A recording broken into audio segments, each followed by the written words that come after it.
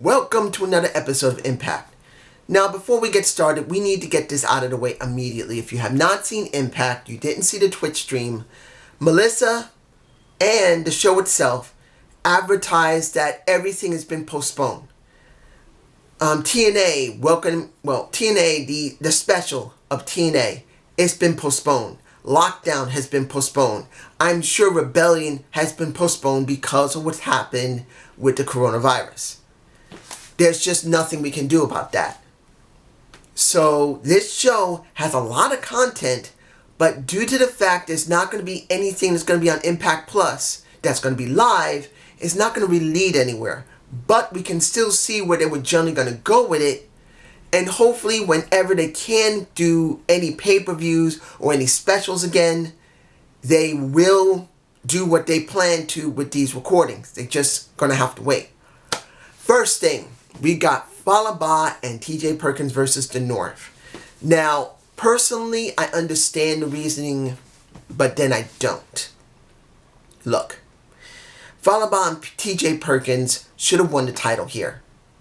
Because if they were not going to do it at the special for TNA or Rebellion or Lockdown, they should have never gotten this shot. They should have never had the right to go up against the North. I'm being honest here, guys. As I understand that there's not going to be a Lockdown, there's not going to be TNA, Welcome Home, there's not going to be a Rebellion. Hopefully there will be, but they probably won't be. They still postponed everything. What would have been better, because they've done this so early before any of those shows were going to air, they should have let TJ and Fala win. Now, was the match bad? Nope. I actually enjoyed this match. This was the third best match of the night for me personally. There was not many matches here, but this match I did enjoy. It was the last match. But it was actually good. But unfortunately, the brothers from the Philippines did not win.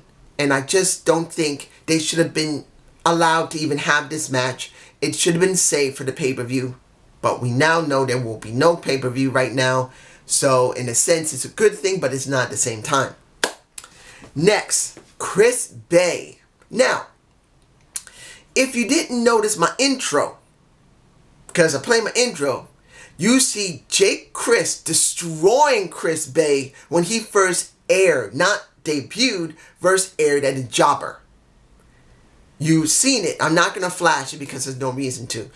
But hell, I'll see if I can flash it. I'm going to probably flash it. But as you see it in my face, he now has done his debut against a jobber. I don't remember his name. And I don't need to remember his name. But I was upset that the jobber got too much offense in. Chris was supposed to be put over well. And yes, he's only been in the business 3 years. He's still green, but he has a lot of potential. He just what is the best word to hear? Excrete? Excuse? I can't pronounce the word. I keep forgetting it. He just oozes. There you go. Charisma. He just has that. You can see it. But I still think that oozing charisma is still green. He did win, but it was what it was. I think they need to work a little more on it. Now, we had an interview. We had a couple of interviews. First interview we had with, what is this guy's name? Chase Bay. And he was talking about what's going to happen with TNA. Then you got Moose coming out messing with him. And then you got a brawl.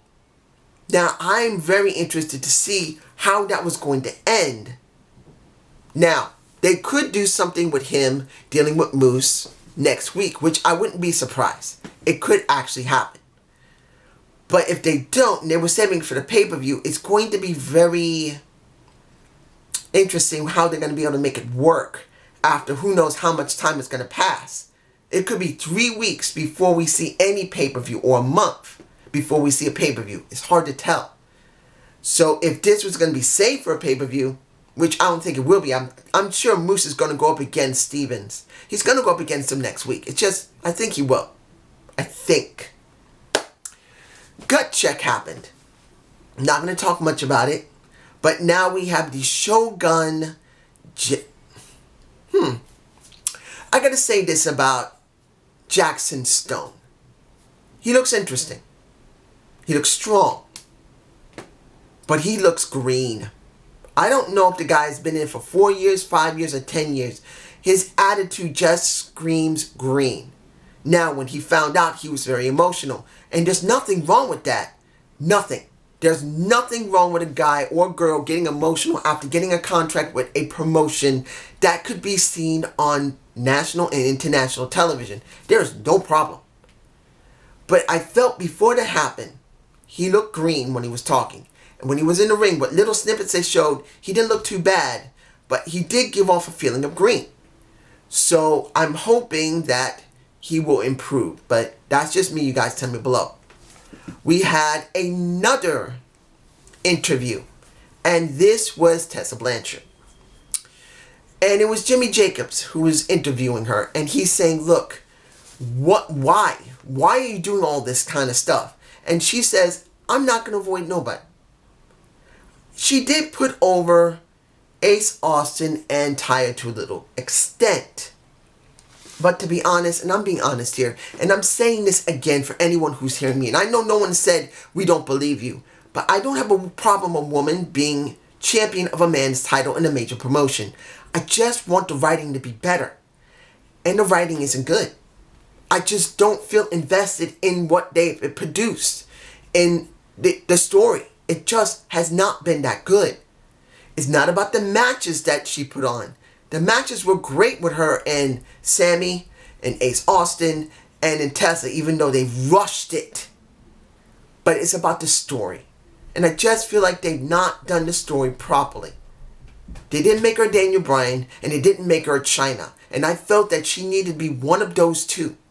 Making her just a regular woman trying to get a man's title and saying it's hard being in a man's world was not the wisest way to go by it. I'm sorry. She kicked Sammy's ass way too much. Yes, she lost, but she still kicked his ass more than he won against her. So that was what was really one of the major problems for me personally. And I'm not forgetting about Sammy. He's at the end of the show now. We'll talk about him. We had the... It's in my face. Cancel culture of Joey Ryan, of Katie Forbes, and RVD. Katie coming out in a coat that has the RVD mark in the back. Of course, the yin and yang. You got the Joey pretty much saying, I'm the man with the greatest manhood. Katie has the best ass. And RVD has the greatest ability. We are cancel culture. And we are sick and tired. He basically said, we are tired of you. We're tired of you talking about us on the internet. We're tired of you talking about us on Twitter. We're tired of it. So you know what? The things you liked about us, me showing my wiener and me doing the wiener flip, ain't doing it no more. You got basically Katie not showing that ass. And you basically got RVD not doing the things that people like RVD to do. And then they went up against the Deaners. And they won, which they were supposed to. It was the wisest thing to do. They had to let cancel culture win. And I'm interested in seeing when you look at Joey Ryan basically dressed like a nerd or geek or dork or whatever you want to call it. I'm either a geek because I like tech. I'm a nerd, which I like tech, and I'm doing this, and I do animation, so I'm a nerd, and I'm a dork because I'm very awkward. I'm all three of them, so it fits. I enjoyed it. It was cool. I was all right with it. Now, we had a couple of backstage segments. We had Jordan Grace with Alyssa Edwards, and because of the story that's going to happen in Lockdown, which I'm not going to cover that. I'm not going to say who is going to be in the match because I'm eventually going to forget about it and it's going to piss me off. I'm going to forget it. But Jordan Grace is getting a team. And you basically going to have a team when it comes to Taya Valkyrie. That also happens between the Eddie Edwards team as well as the Michael Elgin team. But the first person she's going to pick is going to be pretty much Eddie Edwards' wife. And it was very silly the way that was going down. She said, when it came down to it, I need to get my feet wet again. And this is Alyssa. After what's been going on with my husband, I need this. And pretty much, Jordan said, don't worry about it. I got you. I can see that you are a beast in the ring. You know how to deal with it. You know what happened. You took care of Ace, and you are a freak. And that's when they started talking about the freaky freak stuff. It wasn't perfect, but it was okay. I did enjoy it. The second backstage was with Ace Austin trying to convince Willie Mack to work with him because he wants to go after some gold. And Willie said it pretty much. He said, I need your help, and I am thanking you. But I don't want a tag team partner. I got one. I got Rick Swann. And Ace brought up a very valid point. Look, I understand you got a partner, but you can't tell me you don't want no gold. Because you got the skills. I'm sure you want gold. And he said, yeah, but you know what? I'm not going to worry about that because I believe next week, that we're going to have a scramble. And whoever wins it has the next shot at the X Division. So that kind of led into it, which makes some sense. I'm all right with that. Now the question is, will the X Division title be defended at the pay-per-view or the Impact Plus show that we're going to have? I'm not sure. That's going to be the question. I think it was. Su Yung had her moment. She got a letter from Father Mitchell saying, look, I'm sorry I'm not there, Sue. But because of Rosemary interfering, you and the Havoc must settle your differences. I can't do anything about it. So next week, you must come to the Undead Realm and face Havoc finally and end this. You see her in my face. And I've been talking about this for months when it came to Su Yung, to Rosemary, to Havoc, the Undead Realm. Where is the big boss? Why, when they keep showing the same people, and even though they don't say it, everyone knows that they're from the Undead Realm. Why don't you take advantage of it? You won't do it. You can't put things that are red wherever you go. You can't have the person you want there. And it's like, it's ridiculous. They should have made this bigger than what it is. In fact, it should be at a pay-per-view. This should be at a pay-per-view. Yes, it's going to be pre-recorded, but it doesn't matter because it will culminate to that special moment that people did enjoy what happened with the bunny when she died. People appreciated when it was on the pay-per-view. So seeing it going to be here, in a sense, is a good thing because of what's going on, because we're not getting any pay-per-views or anything on Impact Plus. That's going to be live. It's just not going to happen. But then it's wrong because it should be on a pay-per-view. Just like Jordynne Grace should have won her title on a pay-per-view from Taya Valkyrie instead of Mexico City on a standard Impact show. I'm just saying. Jake Chris versus Daga. Good match. Doesn't really lead anywhere. I'm just saying, Daga should be doing a lot more than what he is. He did win, and the match was good. I enjoyed it, but still, in the end, Daga should be doing something more. And I felt like, it was it wasn't the best match of the night. It was good. It was good. How can I say this? I know I can say the Kiera Hogan and Lacey, was the Lacey, Ryan, and Kiera Hogan match better than the Daga and Jake Chris match? Well, they both were botchy. But I think this one was not the best match of the night. The one I'm talking about is. And that is Lacey Ryan. I wonder if Joey Ryan's wife. You never know. And the Kiera Hogan. Now, the reason that it's the best match for me personally isn't just that Kiera won.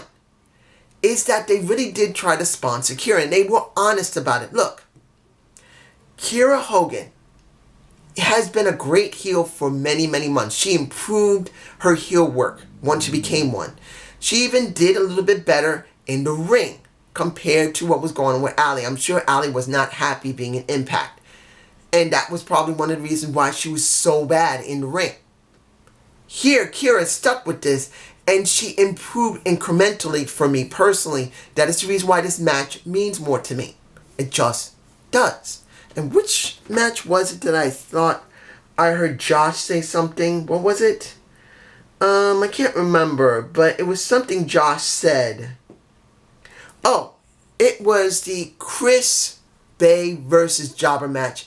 And I gotta admit, just like he said, she is a really good improvement. And that was Josh and Don. When it comes to Chris Bay, I do also agree with Josh saying that Chris Bay was smooth. He was. He was still botchy.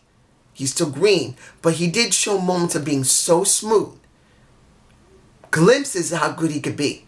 And when you see Kira Hogan, she's not perfect in the ring. But she improved her ring work. She improved her mic skills. She improved her character. Her hair turning from red to blue actually improved her as well to a certain extent. So I see her as a very good package. And I'm wondering when the hell they're going to put the title on her. Because she should get it by now. It's just me, tell me below. 2 things left. I'm forgetting anything. I'm sorry. The first one, and I could leave this last, but I got to do this. This is Shamrock. The minute I heard, and this was the interview, the brief interview that he got, that he didn't know why he was there, I knew Hall of Fame. I knew it. I knew it had to be Hall of Fame because they hadn't really mentioned anyone for the Hall of Fame. And I knew when they called him in, it had to be that. And once Josh brought him into the ring and he started putting him over, talking about what he was doing in MMA as a pioneer, the guy has done a lot. You may like him, you may not like him, you may think of him as a dick. It doesn't really matter. The guy earned his respect. And being the first NWA/TNA champion of the company when it first started, because NWA and TNA were connected at one point before TNA broke off on its own, was a very important thing that also helped NWA, at least briefly, in its time in the 2000s. It's not done well, but at least that one moment it was working with Impact Wrestling, TNA. It did have a moment to shine. So becoming champion was important. Becoming a Hall of Famer is important, and I commend him. And then the lights go out, and they've been trying to hunt down the hacker, and they found Brian Cage's brother was accidentally picked up as a hacker. And pretty much, you see Sammy finally show himself. He's in my face. Good. Good. Took long enough. Now the problem is, we're not going to see him much, at least until the pay-per-view. I mean, they're going to keep showing him. They're going to show him a little bit, maybe at a time if they're smart. But then this is a double-edged sword. Honestly, they shouldn't have shown him here. They should have showed him at the pay-per-view. It would have been more important then, but they didn't want to do it. They didn't want to do it. They did it here. They blew their load. In a sense, it's a good thing because of what's happened with the coronavirus. At least we got to see him finally revealed. But then it's a bad thing if the coronavirus... Calm. If the coronavirus was not in existence and didn't happen, this would have been the stupidest thing they could have done. Because they just blew their load early. They should have never revealed him now. They should have revealed him at the pay-per-view, and it would have been more of a shock. That could have given them more buzz on social media. But they didn't do that. This is what we got. Stupid. But that's just my point of view. Finally. My favorite part of the show. Slamtown Ladies Gone Wild. I gotta use that title. I think I will use it. If that's not the title, something else is very close to that. When you see Rosemary with Taya, with a woman named Heather, with a woman named Holly, it was so, what is the right word to call this? This was stupid funny. It's like when they said something turns so bad it turns good. It's like a super bad B movie, like from the 80s and early 70s. It is so freaking bad, so freaking cringy, so freaking stupid, but it flips over to something epic. And I loved it. Seeing that, I believe it was Holly who was getting her soul sucked out by a Rosemary. I think I got the shot. It's in my face. I really believe I got that shot. If I don't, I'm sorry, guys. But that was stupid. I loved it. It was, they getting tore up, drinking. 5 minutes in, they're happy and friends. Another 5 minutes in, they're getting mad about something. Another 5 minutes in, they're thinking about something else. And then another 5 minutes in, they totally knocked out until Rosemary said, hey, you're supposed to be partying with me. They jump up and then they run off and they're trying to party. And that's when Rosemary is trying to suck the soul out of somebody, because you see Taya basically with her earphones slash mufflers on her ears and she can't hear nothing. And Heather, I believe it's Heather, is telling her Rosemary is sucking the soul out of Holly. And it's I hope they do more of these segments, because this made my day. You got 4 good-looking women. Yeah, and you got Rosemary totally painted up, and she did change her clothes at one point. But you got 4 good-looking women who's showing cleavage. And one of them is Taya Valkyrie, that if she was single and I wasn't so freaking old, being nearly 50 years old, I would beg her to marry me. And I'd do everything in my power to make her happy. I'm just saying, even though she'd be here and I'd be here, because I'm like 5'8" and she's like 5'11", to be like here. In the end, this made my day. And it made this show fun. And at this point, particularly seeing the WWE, that you got empty arena now for SmackDown and Raw. And we now know that WrestleMania 36, I believe it's 36, is going to happen at the Performance Center. And if it's going to be an empty Performance Center arena again, and they do it for 6 or 7 hours, will be the worst thing these people are going to do. I will commend Impact that they postponed everything until the situation's over. I understand a lot of people are happy that there is something on of wrestling that people can watch. But when it comes to Impact compared to WWE, at least because they pre-taped a lot of stuff beforehand, they're going to give us a lot more bang for the buck, because there will be pre-recordings with people there and it makes it better. But this is just my point of view. Have a good day. Have a good night. Now, here's the thing, guys. We do not know if AEW is going to be aired. I doubt it. So it's a good possibility they may do a pre-tape of something that's already happened, or they will not show anything at all. If they show a pre-tape of a previous episode of AEW or a pay-per-view, I will not be doing a review of it. If they show anything, if it's live and it's similar to what happened with WWE, I will watch it to see what the differences are. Will they do something more? Will they have the staff there or not? I will check. But if they don't show anything, or if it's a pre-tape, I will not be doing a review. And also, to make this very clear, I just checked NWA. They're showing, I believe, the 70th anniversary show. That's supposed to be 3 hours. And unfortunately, I've never seen it. But if you guys want me to do a review of that show, because I never did see the matches they had when it came to NWA 70, because I never did see it. Tell me below if you want me to do a review of it, because I'll go and watch it. I'll probably watch it if I find out that AEW is not doing anything. I will watch it, and then I'll do a review of it tomorrow or Thursday. Counts on what time I have. I gotta see if I can still go to my doctor. Physical therapy, I don't even know if it's open. I gotta find out tomorrow. Peace.